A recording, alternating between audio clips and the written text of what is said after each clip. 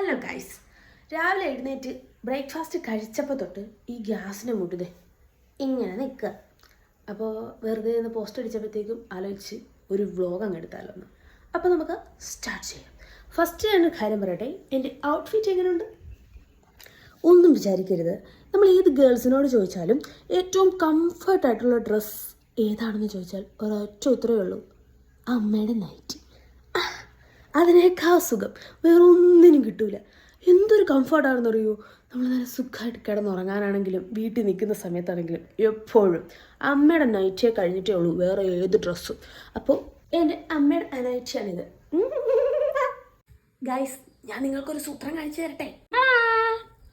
കണ്ടു എൻ്റെ കേക്ക് മത്തങ്ങ ബലൂൺ പോലെ പൊങ്ങി നിൽക്കുന്നത്? നമ്മുടെ കേക്ക് റെഡിയായി. അമ്മ തിരിച്ചു വരുമ്പോഴത്തേക്കും ഈ ക്യാമറ അമ്മയ്ക്ക് മണിയിലേക്ക് കൊടുക്കും. വരുമ്പോഴത്തേക്കാം ഒരു സാധനം എടുത്തെടുത്ത് വെക്കത്തില്ല.